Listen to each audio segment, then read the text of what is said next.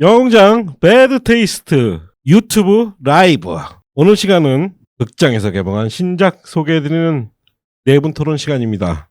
근데 오늘은 네분 토론을 최초의 라이브 방송으로 하네요. 저희가 네분 토론할 때는 많이 싸우잖아요, 실제로. 이거 생방으로 해도 괜찮을까요? 그러니까. 근데 그냥 오늘은 의견이 거의 비슷할 것 같아서 라이브로 하기로. 그래서 9시도 아닌 8시 30분쯤에 방송을 시작했습니다. 예, 오늘 함께 해주신 멤버 소개하겠습니다. 스탠리 형! 안녕하세요. 스탠입니다. 반갑습니다. 크리스님! 안녕하세요, 크리스입니다. 닥두님! 안녕하십니까. 어쨌든 포스트 코로나 시대에 지금 연속 몇 주간 영화들이 개봉을 하고 있습니다. 맞습니다. 가장 최근에 개봉한 게 다만 악에서 구하소서가 흥행이 잘 되고 있죠. 아까 제가 이 방송 들어오기 전 체크해봤더니 250만을 넘겨서요.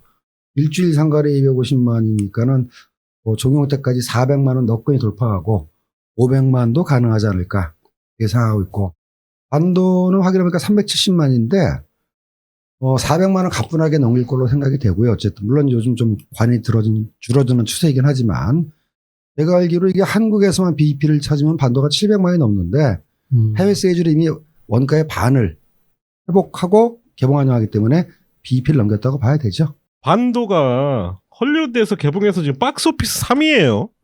그럴 수 있죠. 네. 개봉작이 지금 물론 성적 자체는 시원찮습니다. 흥행 성적 자체는 시원찮은데 어찌됐든 기생충에 이어 다시 한번 한국 영화가 맹위를 펼치는 북미에서. 그러니까 이제 코로나가 가져온 의외의 변화라고 볼 수가 있는데, 사실 아시아권 영화, 그게 한국 거든 일본 거든 중국 거든 개봉을 해도 상업 영화 사이즈에서 이렇게 와이드 릴리즈하는 경우는 많지가 않고요. 되게 아트하우스에서 조금씩 하는데, 이건 정식으로 개봉을 해서 물론 차이는 나지만, 그리고 코로나라는 특수한 상황이 있긴 하지만 어쨌든 박스오피스 3위라는 거는 바뀌지 않거든요.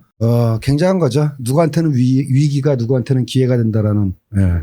얼마 전에 박스 오피스를 확인해 보니까 킬러 라쿤 2라는 영화가 11인가 올라가 있더라고요. 킬러 라쿤이라. 야, 이게 뭘까 싶어서 검색을 해봤더니 1편은 조금 다른 제목인데 거의 홈 비디오 수준의 영화였고 2편도 그렇게 썩 다르진 않은데 예고편이 재밌습니다. 정말 웃깁니다. 혹시 그 감독이 버데믹 감독은 아닌가요? 거의 비슷한 과가 아닐까. 이번 주에도 한국 영화 개봉을 했습니다. 오케이 마담. 타이틀이 좀 촌스러운 것 같기도 하고 옛 추억이 떠오르는 것 같기도 하고 80년대 홍콩 영화 생각나는 많이 나는 타이틀이에요. 근데 저는 오케이 마담의 개봉을 축하하기 위해서 오케이 마담의 배우들이 입었던 하와이안 셔츠를 맞춰서 입고 왔다는 점, 한재덕 대표 듣고 있으시면 알아주시기 바랍니다. 예, 오케이 마담이 뭐 사실 지금 어제 개봉해서 평점 자체는 썩 높진 않은데 의미가 좀 있습니다. 어떤 의미가 있는지는 아마 본격적으로 영화 이야기 하다 보면 아마 아시게 될 것 같고요. 지금 또 뭐 코로나 때문에 극장 산업 말씀을 안 드릴 수가 없는데, 한국의 극장 산업을 지키기 위해 지금 한국 영화들이 분전해주고 있습니다. 그리고 드디어 이제 마지막 주에는 드디어 크리스토퍼 놀란의 테넷이 이미 예매까지 들어갔기 때문에 더 이상 늦춰지지는 않을 것 같긴 해요. 안 그러면 더 환불을 해줘야 돼. 그러니까요. 아이맥스 예매를 시작을 했더라고요. 근데 용산 아이맥스가 스크린이 찢어져가지고 보수 조금 하고 1.43대 1인가 그걸로 상영을 한다고 공지를 했더라고요.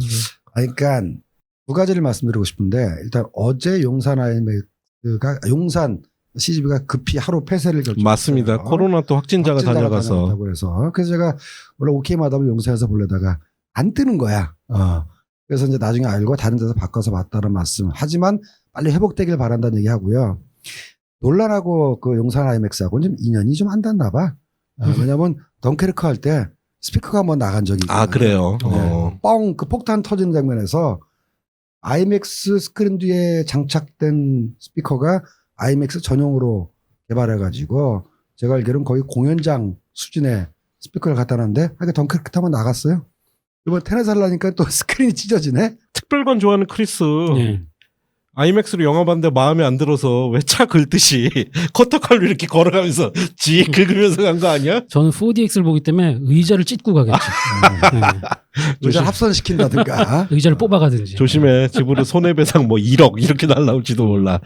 예, 하여튼 한국 영화 이게 지금 극장 관객들이 극장에 잡아두기 위해서 한국 영화들이 꾸준히 개봉을 하고 있습니다. 그러니까 두 가지 이유가 있는 거예요. 지금 박원님 말씀하신 대로 한국 영화가 용감하게 전선에 나서는 측면도 하나 있고, 사실 산업적으로 좀 뒤태를 좀, 내 뒤태라고 그랬나요?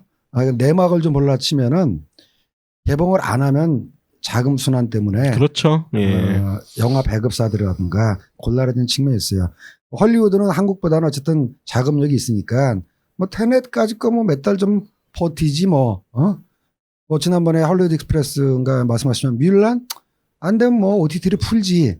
한국에서는 시장이 작기 때문에, 그리고 영화사나 배급사가 보유할 수 있는 자금의 순환 규모가 헐리우드처럼 오래 버틸 수 있지 않기 때문에 개봉하지 않으면, 왜 우리 옛날 속담에 한식에 죽으나 청명에 죽으나 이런 얘기가 있잖아요. 그래서 그런 부분도 좀 있다라는 거. 이게 아직 한국 영화의 어떤 산업적 경쟁력이 헐리우드보다 취약하기 때문에 전선에 나가고 싶지 않은데 나갈 수밖에 없는, 이왕 전선에 나갈 거면은 우리 용감하게 싸우러 나간다 라고 빵빠레를 울리는 그런 측면이 두 개가 다 있습니다. 네. 사냥의 시간처럼 혹시 넷플릭스로 앞으로도 뭐 풀릴 가능성은 없을까요? 넷플릭스도 이제 케이스 바이 케이스로 한국 영화를 픽업할 거예요. 사냥의 시간 때도 이제 일단 했는데 모든 영화가 그렇게 될 수는 없고, 이걸 해결한 방법 중에 하나는 이제 넷플릭스 같은 외국산 OTT도 활성화돼야 되지만 국산, 한국산 OTT가 이제 활성화돼야만 시장의 어떤 균형을 맞출 텐데 걱정스러운 거는 우리나라 OTT는 아직은 좀 약간 좀 헤매고 있는 것 같아서. 그래서 오히려 수입사, 일종의 협회, 연합단체에서는 오히려 한국의 OTT 제대로 된 페이를 지불하지 않으면 그러니까. 자사 영화들을 오히려 빼겠다고 그런 상황이고, 우리가 확인할 수는 없지만 이 배급사나 극장 측에서 이런 넷플릭스로 대변되는 자사가 가지고 있지 않은 플랫폼, 별도의 플랫폼에서 공개하는 거를 썩 달가워하지도 않을 거고, 그렇게 개봉을 하는 걸 굉장히 위협적으로 느끼게끔 무언가 메시지를 주지 않을까 싶기도 해요, 저는. 혹시 그런 얘기 어디 못 들으셨어요? 아직은 뭐 극장 산업이 완전히 사라진 게 아니니까 지금 뭐 달가워하지 않는다고 하는데요. 한편으로 보면 말이죠. 영화 배급사나 영화사는 말이죠. 물론 이제 극장에서 영화관에서 영화를 보는 거에 대한 기본적인 애정, 뭐 기본적인 뭐 어떤 취향, 선호 이런 거 있을 겁니다. 근데 아주 냉정하게 얘기한 말이죠.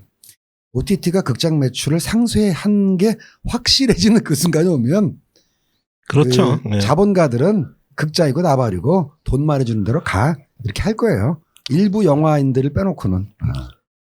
예, 뭐 오케이 마담 얘기해야겠죠. 예. 감독은 이철아 감독님. 저는 이철아 감독님 필모 보고 야, 이분 작품의 완성도를 떠나서 한국의 누구야? 얼마 전에 돌아가셨던 배트맨 로빈 만들었던 조엘 슈마어다. 왜냐? 어떤 의미에서 그렇죠? 제가 참여하신 작품들을 좀 읊어볼게요. 지금 이때 어쨌든 다음 포탈에 의하면 10월에 조연출을 하셨고요. 감독 입봉작을 사랑 따윈 필요 없어. 그다음 사이더스에서 연출부 생활을 오래 했다는 얘기네요. 그 다음에 스토리 오브 와인, 뭐 괭이, 페가라는 뭐 저희도 알고 있는 공포영화도 만드셨었고, 안녕 오케스트라, 먹는 존재, 날 보러 와요 같은 또 스릴러도 만드셨었고. 그게 이제 장편 그 영화 데뷔작인가 그럴 거예요. 날 보러 와요가. 아니요, 데뷔작은 사랑 따윈 필요 없어. 사랑 따윈 필요 없어가 장편 영화 데뷔작인가요? 예. 그러니까 뭐라 그럴까?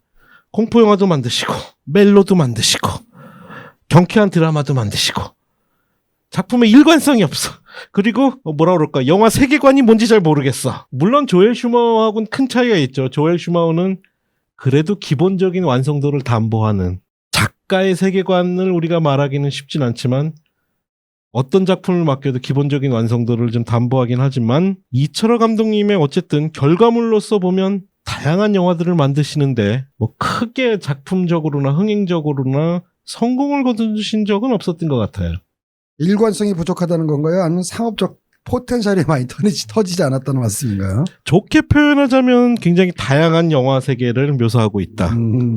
그리고 사실은 시스템적으로 보자면 고용 감독일 가능성도 굉장히 높죠. 근데 이번에 또 날 보러 와요 이후로 4년 만에 오케이 마담이라는 코믹 액션이 맞겠죠. 코믹 액션 영화를 들고 오셨습니다. 주연은 또 오래간만에 만나네요. 우리 엄정화 씨, 그리고 박성웅 씨, 또 이상윤 배우. 이상윤 배우는 전작인 날 보러 와요 때도 함께 감독이랑 했었고요. 또 근데 날 보러 와요는 흥이 괜찮았어요. 괜찮았던 걸로 기억합니다. BP 넘기고 짭짤했던 걸로 기억해요. 작품 자체는 좀 별로입니다, 사실. 예. 그리고 이 작품이 사실은 포스트 코로나의 한국 영화계에서 굉장히 독특한 위치에 있는 것 중에 하나가 최초의 본격 코미디 영화예요. 그 의미가 좀 있습니다. 최근에 코미디 영화들이 흥행이 꽤 잘 됐죠. 우리 코로나 이전까지. 거의 다 잘 됐다고 봐야죠. 당장 기억나는 작품만 해도 몇 개 있는데 내가 좀 전까지 검색을 하느라고 작품 머리에 여러가 얽혀서 기억은 안 나지만 청년 경찰을 시작을 해가지고 보안관이라든가 몇몇 작품들 코미디라고 해서 나오는 것들은 뭐 크게 실패한 게 없이 꾸준히 잘 됐었어요. 극한 직업을 빼놓으면 안 되겠군요. 그럼요. 한국 예. 영화 사상 가장 크게 흥행했던 극한 직업이야말로 코미디가 된다라는 거를 선명하게 보여준 그런 사례라고 볼 수가 있죠. 엑시트도 있죠. 엑시트도 일종의 코미디고 맞습니다. 그래서 저희 방송에서 줄기차게 말씀드린 게 어떤 역사적 메시지, 정치적 메시지, 사회적 메시지를 담은 영화들에 대한 피로도가 상당했고 그러니까 그것이 반작용으로 코미디 영화를 선호하는 흐름이 좀 있었다. 골치 아픈 거 이제 사람들 보고 하지 않을 거다. 뭐 이런 취지 얘기를 했었죠. 예, 근데 어쨌든 포스트 코로나 시대의 최초의 본격 대자본이 투입된 코미디 영화가 바로 오케이 마담입니다. 내용 간략하게 소개를 좀 해드릴게요. 여주인공 엄정화 씨. 시장에서 꽈배기를 팔고 있습니다. 꽈배기 빚는 솜씨가 꽤 괜찮은 것 같아요. 시장 마감하기 전에 대부분 재료 소진으로 문을 닫을 정도로. 그의 남편 박성웅 씨는 돈벌이만 해서는 엄정화보다 훨씬 못한 것 같아. 컴퓨터 수리점을 하고 있죠. 동네에서 컴퓨터 수리점. 근데 세트만 보면 꼭 컴퓨터 수리라기보다는 하여튼 무언가 분해하고 조립하고 수리하고. 정파상이죠. 예, 순돌이 아빠 느낌도 있고. 맞습니다. 그 둘 사이에 딸이 하나 있는데 셋이 경제적으로 넉넉한 것 같진 않아요. 아주 허름한 아파트 한 채 정도는 가지고 있는데 재개발되면 또 부자 되겠지 뭐. 하여튼 그렇게 어렵게 살아가고 있는데 그러다 보니까 엄정화 씨가 억적같이 그렇게 어떤 일종의 가장 역할을 하는 것 같기도 하고요. 굉장히 아끼는 것이 몸에 밴 그런 가정주부인데 우연찮게 음료수 뚜껑을 땄더니 거기서 하와이 여행 경품이 당첨이 됩니다. 오란 씨든가? 그 뒷광고 아니야 그거? 예. 근데 엄정화 씨는 아유 돈 들어 가지 말자 하는데 우리 남편 박성원과 딸이 이렇게 사는 게 무슨 의미가 있냐? 한 번 좀 제발 여행 좀 가자. 그래서 결국은 이 두 사람의 성화에 엄정화 씨는 하와이행 여행을 가족 여행을 승낙하게 되고 이 세 가족은 하와이행 비행기를 탑승을 합니다. 그렇습니다. 근데 문제는 이 비행기 악당들이 탔네. 바로 하이제킹을 노리는 북한 측 요원들. 그래서 이 비행기 안에서 엄정화와 그 승객들 그리고 이 북한 측 요원들과의 일대 전투가 벌어진다는 게 영화 오케이 마담의 스토리입니다. 영화 다 봤네? 예. 물론 스토리상 반전도 있고 그 반전은 뭐 숨기고 가죠. 뭐 굳이 뭐. 예. 아직 안 보신 분들이 많으니까. 예. 어쨌든 몇 번의 어떤 플롯 트위스트가 있다라는 거 뭐 염두에 두고 보시기 바랍니다. 예. 근데 그 반전이라는 게 거의 한 3분의 1 지점에서 등장하고요. 대충 보다 보면 이게 반전이겠구나 앞부분부터 느껴져요. 예. 어쨌든 어떻게 보셨어요? 오래간만에 굉장히 한국 코미디 영화인데. 저는 일단 등급이 15세인 거 보고 조금 놀랐거든요. 전체적인 톤이 왠지 좀 전체 관람가 같은 느낌이 많이 들었어요. 12세 또는 전체 관람가에 네. 가까운 것 같아요. 액션이 조금 뭐 폭력적이라서 15세가 된 건지 그건 잘 모르겠고 그 정도는 아닌 것 같은데 하여튼 저는 또 특별관을 사랑하기 때문에 4DX로 봤거든요. 그 4DX가 근데 영등포에서만 해가지고 제가 다행히 용산을 안 가서 용산에 갔다면 오늘 여기 못 올 수도 있었습니다.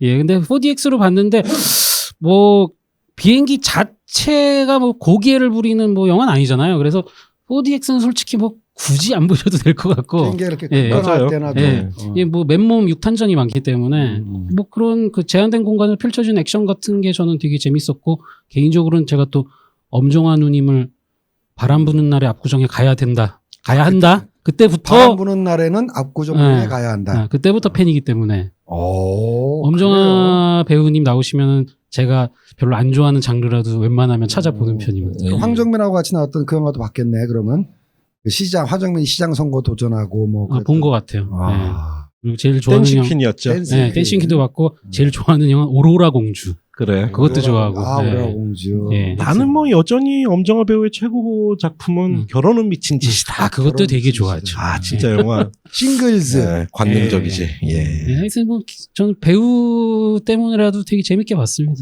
예. 박수님은요? 여주인공이 엄정화라는 건 영화 보면서 느끼셨죠?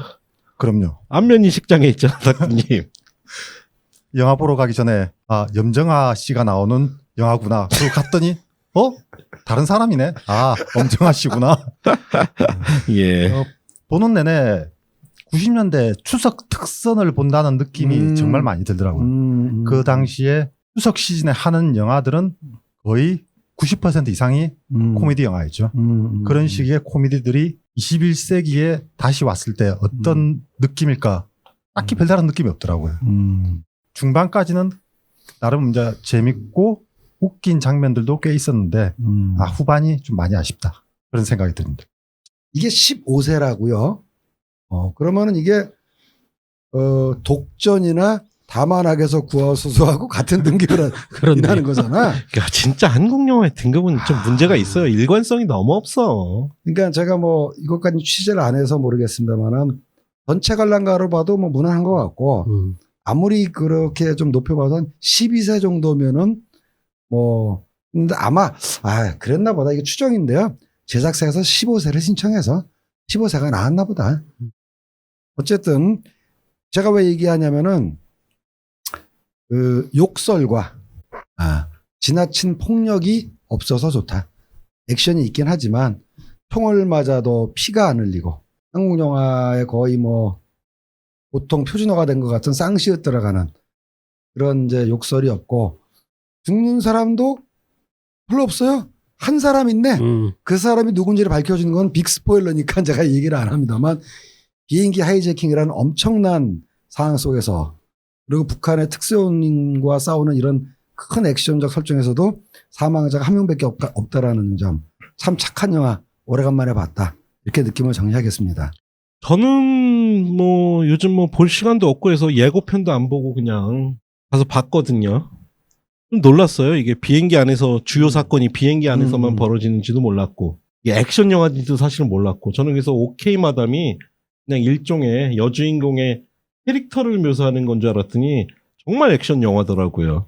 맞습니다. 근데 닥두님이 말씀해 주신 것처럼 영화 되게 촌스러워요. 8, 90년대 영화 보는 느낌이에요. 전체적으로 만듦새 자체는. 저는 좀 그렇게 느껴지더라고요. 어떠셨어요? 이게 말이죠. 제가 확인은 못 해봤으나 극장 관계자한테 제가 전해드린 말로는 제작사가 뭐 스스로 낙가 영화라고 인정하고 뭐 개봉하는 건데요. 라는 말을 전해 들었어요. 이전에도 제가 이제 설명한 적이 있습니다만 낙가 영화라는 게 아직 그 외색이 남아있는 그 충무로에서 지금도 쓰이고 있는 용어인데 일본어 이낙가 촌스러운 시골스러운 거기서 나온 영화고 한국 영화계에서 좀 촌스러운 영화를 일컬을 때 낙가 영화. 너 낙가 영화 찍냐? 영화 무지하게 낙가스럽구만 이렇게 얘기했는데 정확히 좀 사용의 용도를 말씀드리자면 쉽게 얘기해서 폼이 잘 안 나는 그렇지. 하지만 관객들의 어떤 원초적인 감정을 건드리는 그걸 다른 말로 이제 한국말로 순화하면 고무신 관객 영화라고도 했어요. 그래요. 60년대에는 70년대까지만 해도 고무신 관객 최루 영화 이제는 뭐 이렇게 과장이 심한 코미디 영화를 고무신 영화 낙가 영화라는 말을 지금 쓴다는 게 아니라 썼습니다. 왜 제가 이 꺼내냐면 말이죠. 그건 뭐 제작사가 이 영화를 자기 스스로 폄하해서 그렇다는 게 아니라 이 영화가 노리는 지점이 그렇죠. 어딘가를 예, 정확하게 스스로 천명했다라는 의미에서 제가 말씀드리는 겁니다. 골치 아프게 신경 안 쓰고 굵직한 사회적 메시지 건드리지 않고 관객이 원하는 걸 주겠다라는 의미에서 저는 뭐 정확하게 그것이 기획 의도였다면은 낙가 영화라는 말을 쓰는 건 좀 꺼려지지만 거기에 맞게 만들어진 영화다. 두 분 닥터님과 스탠리 형의 말씀을 결국 하나로 만들어 보자면 우리가 결국은 비교할 수 있는 영화는 조폭 마누라라든가 그렇지.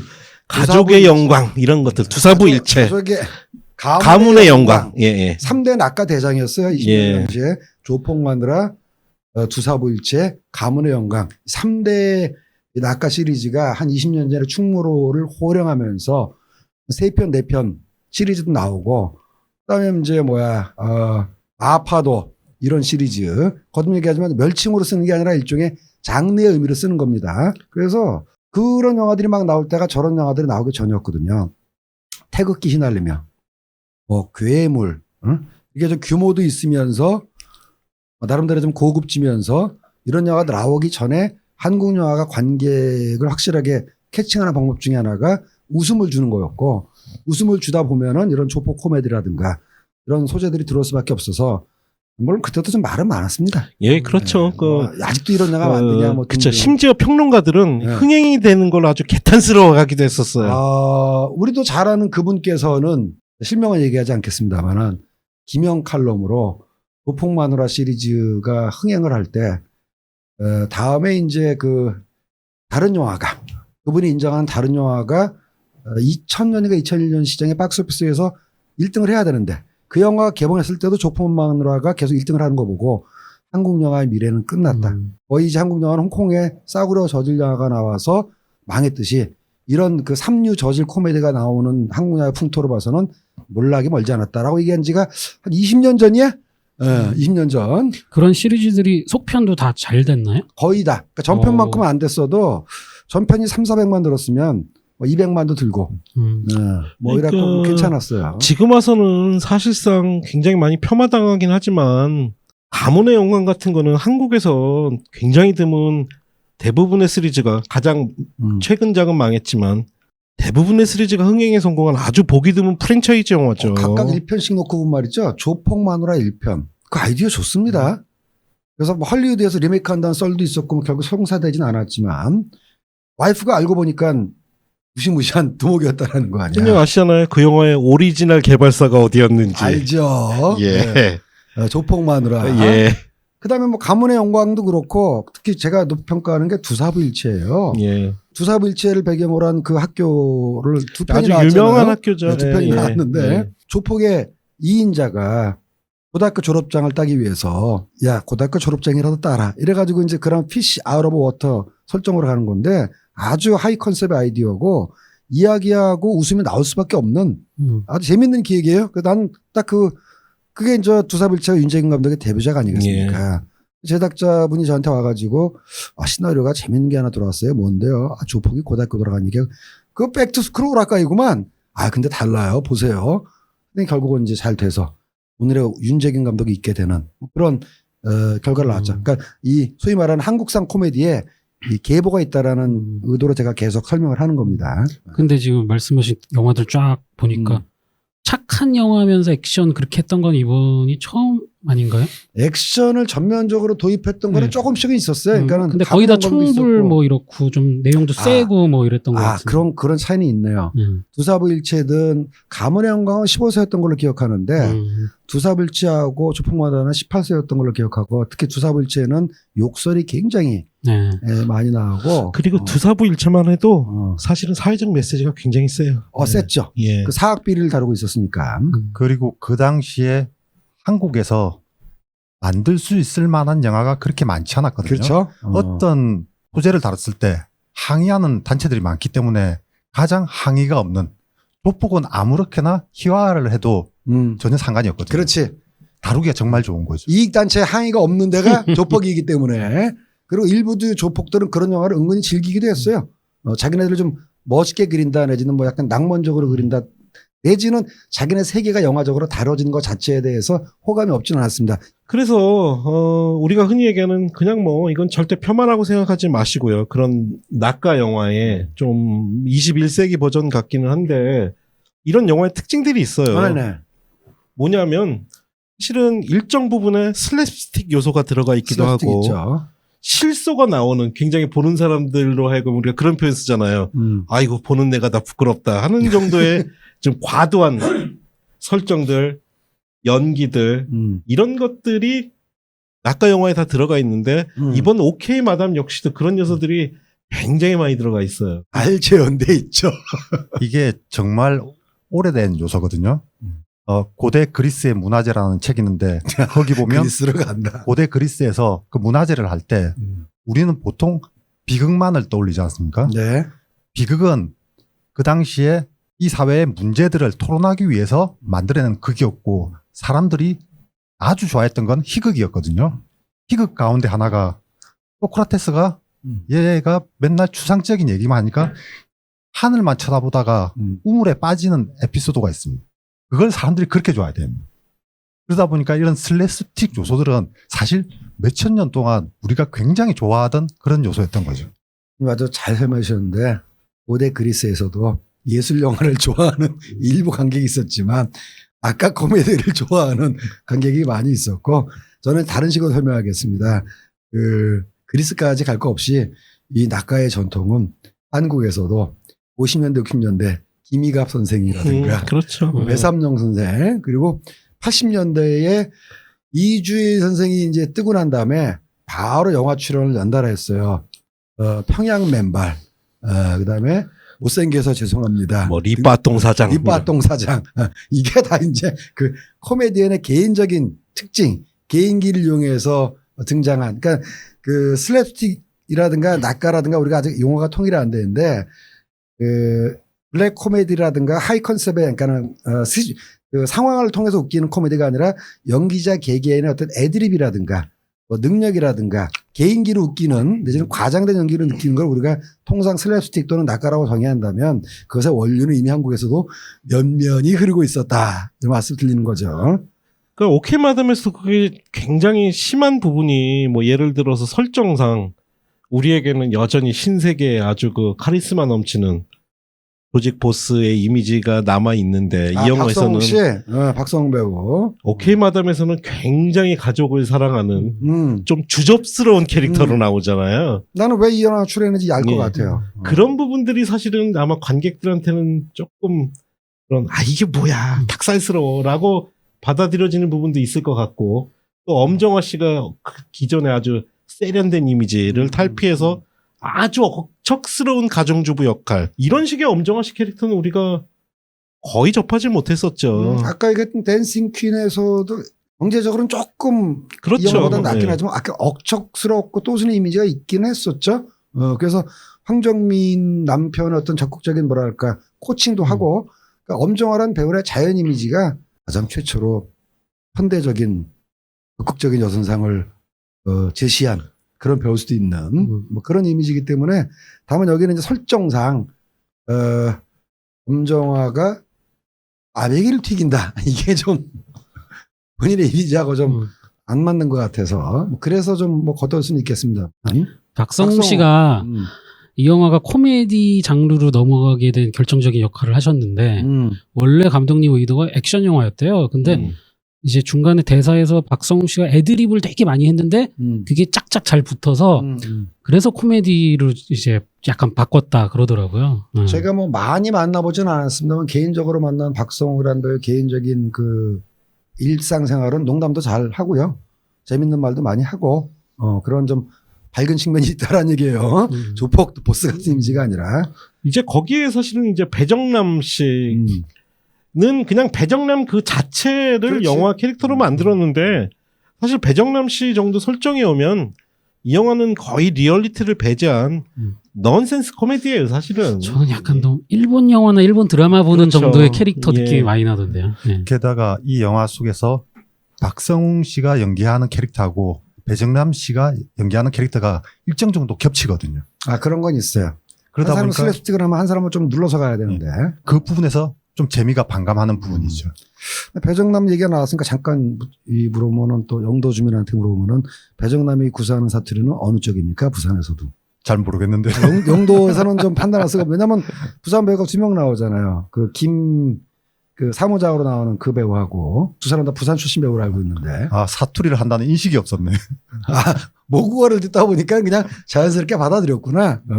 예, 그래서 이 영화를 보면 좀 뭐라 그럴까요? 이런 노골적인 슬랩스틱 코미디 영화, 주접스러운 영화를 안 좋아하시는 관객들은 아마 이 영화가 굉장히 아마 불편하게 느껴지실 거예요.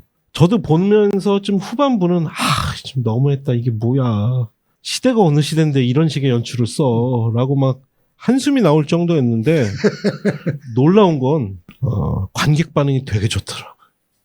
아니 뭘 기대한 겁니까 이 영화에서? You pay, I give you laugh. 돈을 내세요. 웃겨드릴게요. Deal done. 그러니까요. 아니, 나 공평한 게임이라고 보는데. 그러니까 저는 이 영화에 대한 정보를 하나도 없이 보고 또 더 당혹스러웠던 건 21세기에 이런 낙가 영화가 나온다는 것 자체가 너무 당혹스러웠어요. 저는 반가웠어요. 예. 우리가 이제는 코미디 영화라고 나오더라도 어떤 기대하는 측면들이 있지 않습니까? 그렇죠. 예. 이 부분은 조금 더 세련되게 예전에 그 화장실 유머를 넘어서는 뭔가가 있지 않을까 하는데 그거하고 전혀 상관없이 90년대 영화가 등장한 거죠. 아니 물론 그 극한 직업도 아주 리얼리티를 베이스로 한 코미디 영화는 아니었어요. 그건 좀 말 개그가 좀 많이 예. 있죠 그 영화는. 근데 극한 직업은 낙가 영화라고까지 하기는 좀 뭐하거든요. 아까 말한 얘기는 안 들었던 것 같아요. 근데 이 영화는 그거 되게 노골적이라 저는 좀 당혹스러웠어요. 굉장히. 다른 분은 어떠셨어요? 제일 조금 좀 별로였던 게 저거. 되게 좀 유명한 배우들이 단역으로 많이 나오잖아요. 예. 그 이 배우들이 뭔가 저는 메인 스토리에 어느 정도 관계가 있을까 하면서 약간 기대를 했는데 정말 전형적인 캐릭터가 나와서 대사도 전형적인 대사만 하고 딱 그냥 그 역할만 딱 하고 사라지고 뭐 김병욱 씨도 그렇고 그 누구죠? 그 부잣집 시어머니로 나오신 분 예. 전수경 씨인가? 그분도 그렇고요. 네. 전 처음에 김병욱 씨는 약간 부산행이 김의성 같은 역할인가 그렇게 생각을 의도적으로 했는데 한것 같아요. 예. 근데 그냥 그러고 그냥 너무 지나가니까 너무 이렇게 상황적인 코미디는 거의 없는 것 같고 그냥 캐릭터성으로 이렇게 단발성으로 좀 웃기려고 많이 하는 것 같은 느낌이 좀 들어서 그래서 오히려 저는 이 영화 보면서 제일 많이 연상됐던 영화가 물론 영화가 추구하는 코미디의 방향은 완전히 다릅니다. 하정우 배우가 연출했던 롤러코스터 생각이 많이 났어요. 저는. 그거는 조금 괴가 다른 예. 게 그러니까 추구하는 코미디는 완전히 달라요. 근데 그 뭐 비행기 안에서 벌어진다는 그 설정에서 저는 그리고 캐릭터들이 어딘가 모르게 좀 비슷한 생각이 좀 저런 들었어요. 거죠. 예. 롤러코스터는 본인 스스로가 스크류벌 코미디를 표방하고 연출한 작품이에요. 근데 이거는 이제 스크류벌 코미디하고는 좀 예, 기획 예. 자체가 다르죠. 예.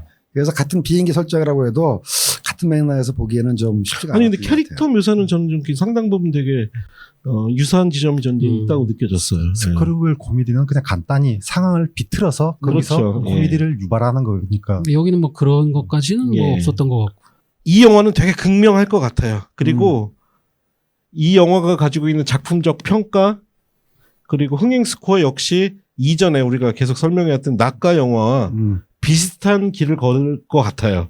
예, 그래서 저는 이 영화는 결론적으로 평점은 안 좋고 하지만 흥행은 어느 정도 될 것이다. 라고 관객이 저는 원하는 걸 추측합니다. 줘라라는 예. 공식에 충실한 영화예요. 그 점 평가한다라는 거죠. 이런 영화들이 큰 단점도 있지만 어쨌건 영화를 보고 나서 극장을 나설 때 굉장히 편안하죠. 그리고 저 지점도 있는 것 같아요. 우리가 항상 그 코로나의 위협 속에서 마스크 안 챙기면 일단은 내 건강도 있지만 사람들의 그 부담스러운 시선, 어딜 가나 손 씻고 이런 공포 속에 살고 있잖아요. 그러면 어찌됐든. 일상이 공포지 뭐.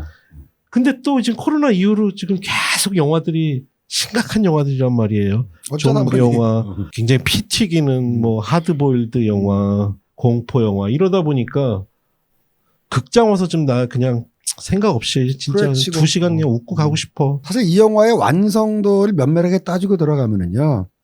뭐 여러 번 제가 입장을 밝혔습니다만 동업자이자 후배님들이 만든 영화를 그 좀 꺼려지긴 해요. 근데 완성도면으로 따지고 들어가면 사실 비판받을 구석이 많습니다. 인정해요. 이 영화에 아마 높은 점수 주시는 분 거의 없을 그러니까 거예요. 근데 그럼에도 불구하고 이 시국에 여기도 뭐 가산점이 들어간지 모르겠지만 한번 관객에게 유쾌한 웃음 주겠다라는 취지는 저희가 높이 평가하기 때문에 우리가 그 항상 영양가 높은 고급의 음식만 먹는 거 아니잖아요.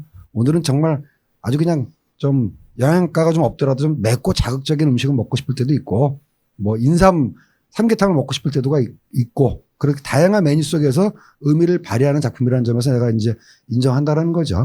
뭐 이동진 씨 유튜브 볼 때도 있고 배드 테이스트 들을 그러니까. 때도 있고 배드 그런 테스트 거죠. 중에서도 또 다양한 수준의 코너가 있지 않습니까? 맞습니다. 예. 교양을 위한다면 닥터님 코너를 봐야 되는 거고 옛날 구수한 군밤장수 아저씨 들으시면 원하시면 제 얘기 들으시면 되는 거고. 그래서 이게 참 난감하긴 한데 가서 보시라고 적극적으로 추천하긴 좀 뭐한데 그냥 이거는 어떤 영화적 쾌감, 그러니까 뭐 내가 영화 속에서 무언가를 좀 느끼고 싶다 이런 거보다는 정말 그냥 아무 생각 없이 지금 이 코로나 공포 속에서 한 번쯤은 정말 그냥 편안하게 내 눈과 마음을 정화시키고 싶을 때 보시면 좋을 것 같아요. 의도는 파고님이 맞게 하신 예. 것 같은데 조금 표현을 제가 수정할게요. 추천하긴 곤란하다는 얘기를 먼저 까시니까 영화관 가서 보지 말라는 얘기처럼 들릴까 봐. 이렇게 하죠. 영화관에 가서 인생의 의미를 느끼거나 굉장한 철학적 상승을 원하시는 분은 보러 가지 마시고 아이 짜증나는데 그냥 뭐 한번 웃으러 갈까? 기분 전환 하러 갈까? 힐링 타임 하러 가고 싶다. 이런 분들에게 적극 추천한다라는 얘기죠. 이전에 나왔던 한국 코미디 영화들을 재밌게 보신 분들이라면 이 영화 중반까지는 아주 재밌을 겁니다. 그리고 엄정화 좋아하시는 분들 지금 엄정화 씨가 5년 만에 영화를 나온 거기 때문에 굉장히 오래간만에 나왔어요. 엄정화 씨 되게 귀엽게 나오거든요. 아, 그러면 예. 그러니까 무조건 팬들은 보시라고. 이거 확실히 이제 세월이 흘렀어요. 엄정화 씨가 이제 이런 역할도 할 때가 됐고 미국에 마돈나가 있으면 한국엔 누가 있다? 엄정화가 있다. 그리고 마돈나보다 많이 젊다. 우리는 저 자부심과 위안을 가지고 그 생각이 들더라고요. 또 저는 되게 오래간만에 어쨌든 여성 타이틀 롤의 영화가 나왔다. 뭐 원탑 영화들은 있었지만 그 타이틀 롤까지 가진 영화는 그렇지. 많지 않았었는데 뭐 저거 82년생 김지영 정도가 있긴 했지만 그래서 뭐 연기나 이런 거보다는 우리가 후반부는 그 얘기를 좀 하면 어떨까 싶어요. 한국을 포함한 전 세계적으로 왜 이렇게 여성 원탑 혹은 여성들을 내세운 영화들이 뭐 물론 마블이나 DC의 슈퍼히어로 영화들이 있긴 하지만 왜 이렇게 안 나오고 있는 것일까? 뭐 답은 뻔하지만 그래도 한번 그 지점 이야기 나눠보죠. 그렇게 심각한 얘기를 또. 예. 오늘 제가 경향신문을 보니까는 이제 한국 영화인 협회 몇몇 군데서 이제 그 백텔 지수인가? 그래가지고 양성평등 또 어떤 여성 인권을 고양시키는 영화들에 대해서 상을 줬다라는 기사가 나왔고 거기에 말씀하신 82년생 김지영, 벌새 등등 그러면서 기사 카피가 남자 주도의 산업계 중 하나인 영화계에 어떤 변화가 있다 이런 뭐 내용의 기사고 그 지수를 판별하는 게 여성 둘이서 대화하는 장면이 일정 부분 이상 있을 것, 그 대화의 내용이 남자를 소재로 한 게 아닐 것 뭐 등등등등 그 있어요. 그 말은 왜 제가 그러냐면 이 산업 자체가 메일 도메인 인더스트리라고 그래가지고 헐리우드는 물론 전 세계적으로 남자 위주의 사회였다라는 거는 이 산업계였다라는 거는 뭐 다 아시는 사실이고 이것은 제가 팩트를 얘기하는 거지 그래서 옳았다라는 건 아닌데 헐리우드에서 시작된 그리고 이제 각 나라에서 시작된 여러 가지 어떤 양성평등이라든가 또 페미니즘 물결이 어김없이 영화계에도 들어오고 한국에도 들어와가지고 많이 그런 것들이 바뀌고 있어요. 그런 의미에서 이런 이제 오케이 땡큐 마담이라고 할 뻔했네. 오케이 마담 나오는데 아직까지도 많지는 않다. 그냥 인구학적으로 사회의 반이 여성이라면 세상의 반이 여성이라면 여성을 소재로 한 영화도 또는 여자가 주인공인 영화도 반이 나와야 될 텐데 아직 그렇게까지는 못 가고 있다. 뭐 이것도 점차 이제 뭐랄까 변하는 추세 중에 하나다. 이렇게 말씀드릴 수가 있겠네요. 근데 저는 이제 그런 의문이 좀 있어요. 왜 스탠리 형이 잘 아실 텐데 극장 흥행에서는 20, 30대, 30, 40대 여성 관객이 움직이느냐 안 움직이느냐가 굉장히 중요하잖아요. 이런 시장인데 왜 여성들을 내세운 영화가 아직까지도 여전히 많이 안 나오고 있을까? 뭔가 함정을 파는 질문처럼 느껴지는데 대답을 한번 잘해보세요. 두 분이 먼저 대답하는 거 듣고 얘기를 할게요. 영화를 만들면서 흥행을 안 따라갈 수가 없거든요. 지금까지 흥행이 됐던 영화들이 남성 중심의 영화였고 왜 영화 흥행에서 성별 격차가 벌어지는가는 아마 사회학적 문제이기 때문에 이 부분에 대해서 나온 논문은 제가 없는 걸로 알고 있거든요. 아, 그래요. 이 부분에 대해서는 아마 연구를 해봐야 알겠지만 논문 한번 써보시죠, 학두님. 학위가 없구나. 아니, 아주 잘 만들었고 굉장히 재밌는데도 흥행을 못하는 영화들이 있거든요. 제가 최근에 레니알린 감독의 롱키스 굿나잇을 다시 봤거든요. 아하. 이 영화야말로 원탑 영화고 아하. 진짜 페미니즘 영화에 한없이 가까운 영화거든요. 그런데 이 영화 흥행은 죽었거든요.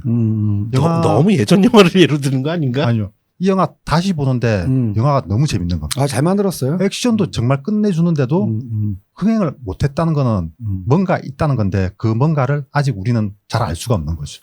그게 이제 거의 20년 더 됐죠. 예. 제 기억이 오래됐죠. 맞다면은 감독은 레니 할렌이었고 그 영화 외적인 뭐라 그럴까. 자기 애인 데리고 찍은 영화죠. 그때는 거의 예. 부부였어요. 예, 부부였죠. 예. 그래가지고 뭐랄까 영화하고는 별개로 헐리우드에서 어떤 프레임이 씌워져 가지고 영화 개봉 전부터 공격을 많이 받았던 영화라는 것도 원인 중에 하나입니다. 일단 커스로드 아일랜드가 세게 망하고 그다음에 이제 그것 때문에 이제 캐럴 코라는 영화사가 파산을 했어요.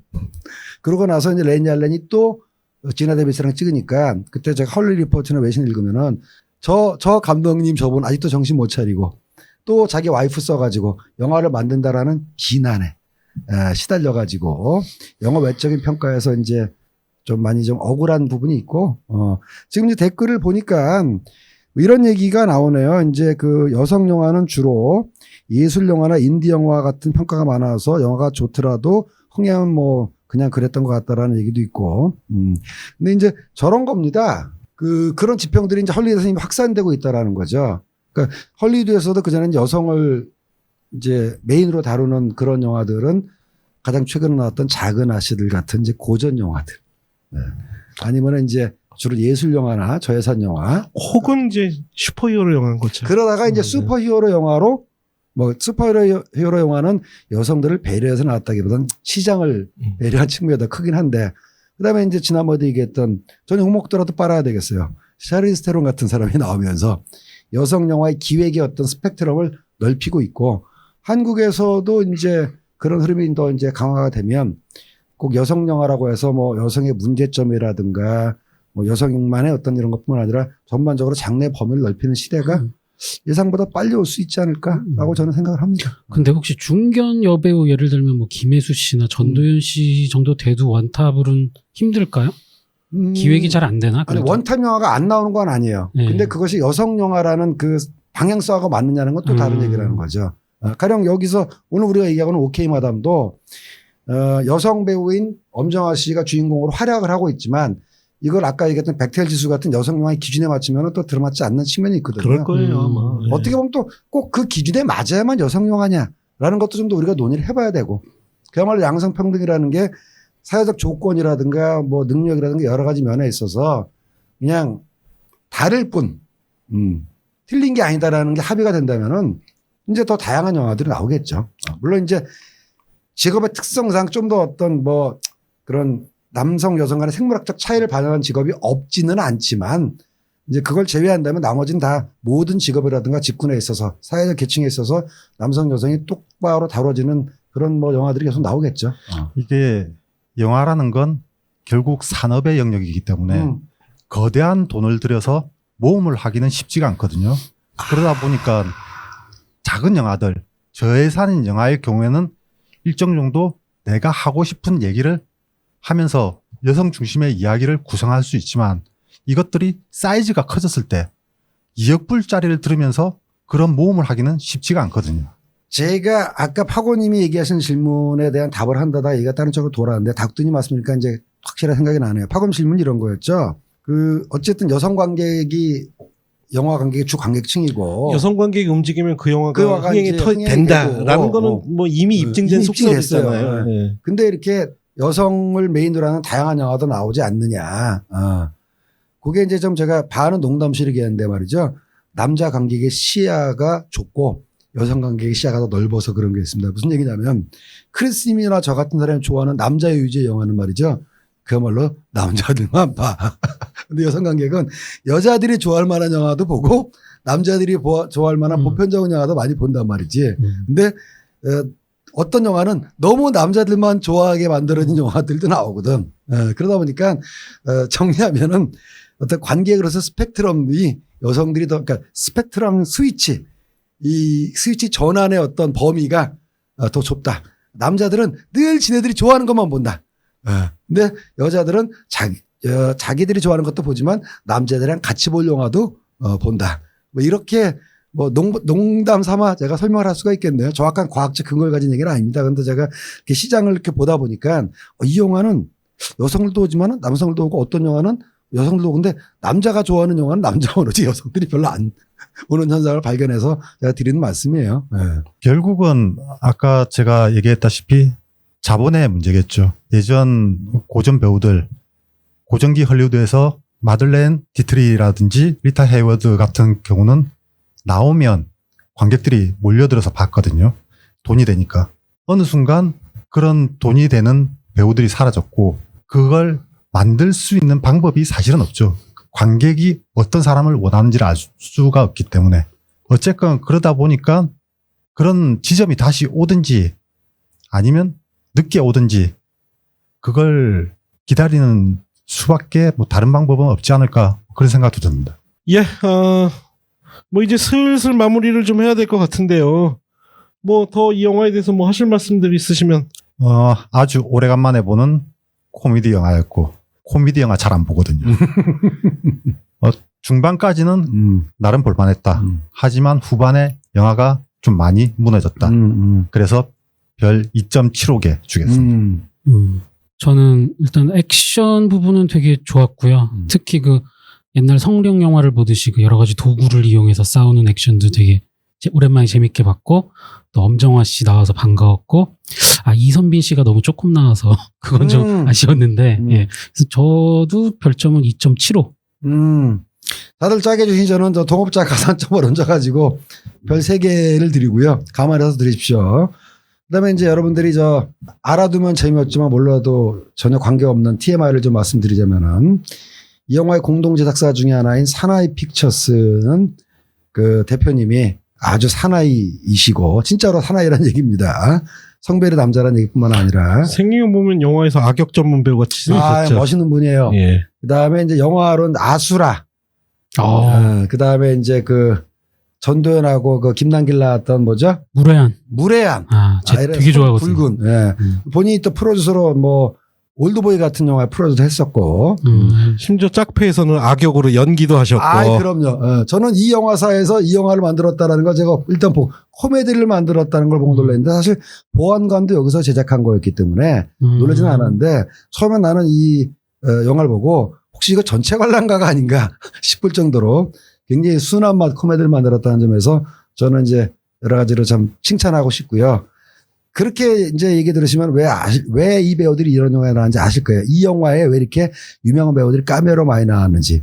김남길은 왜 나왔으며. 뭐 전수경 배우는 왜 나왔으며. 다채로운 배우들이 왜 나왔는지가 이 영화사의 업력, 영화사 대표님의 업력을 말해주는 거기 때문에 저는 그 전후 관계를 다 아는지라 이제 업자의 시각대로 또 누구 섭외했구만. 누구 또한테 전화 돌렸구만. 이걸 또 뒷얘기로 보는 것 같아서 굉장히 재밌었습니다. 제가 웹에서 좀 서치를 해보면 저희 팟캐스트 뭐 DC 인사이드도 그렇고 한국 영화 평가하는 거는 듣기 싫다라는 분이 많으세요. 왜 이렇게 빨아주냐. 근데 뭐 저희가 요즘 영화 유튜버들이 일단은 까고 봐야 조회수도 많이 나오고 사람들이 재미있어 한다는 건 알죠. 근데 뭐 우리 스탠 형처럼 종사하시는 분도 계시고 우리 아재들이 무작정 어떤 일종의 쾌감이나 돈벌이 수단으로 그 영화들을 까는 걸 즐길 만큼 저희가 무책임하진 않아요. 그건 좀 알아주셨으면 좋겠어요. 뭐 다시 들으시면은 아시겠지만 오늘뿐만 아니라 다른 영화 때도 비판할 부분은 또 비판할 대로 짚어가면서 가장 제가 최근에 참여했던 녹음작이 강철비였던 것 같은데 칭찬한 거 못지않게 아쉬운 부분도 굉장히 얘기 많이 했었고 사냥의 시간 같은 경우 정말 읍참마속의 심정으로 가열차게 비판을 했지만 그때도 우리는 뭐 이런 거 개똥망작, 폭망작, 한국 영화 이래서 문제다라는 식의 제목은 달지 않았죠. 예, 그럼요. 예, 앞으로도 저희는 그런 식의 제목을 달지는 않을 것 같으니까 좀 더 자극적인 컨텐츠를 원하신다면은 뭐 그 부분에 대해서 죄송하게 생각합니다만 딴 데 가서 좀 그런 거는 봐두시라. 예. 예, 그래서 저는 냉철하게 이 영화는 사실 별 2개에서 2개 반 사이라고 생각이 들어요. 예, 그 정도 평가할 수 있을 것 같고요. 이것으로 이번 주 4분 토론으로 다뤘던 주제, 오래간만에 개봉한 본격 코미디 영화, 또 여성 원탑을 내세운 타이틀롤까지 가져가기가 되게 힘들잖아요. 그러니까. 여성 영화는. 엄정화 씨가 타이틀롤을 가져간 영화 오케이 마담이었습니다. 감사합니다. 감사합니다.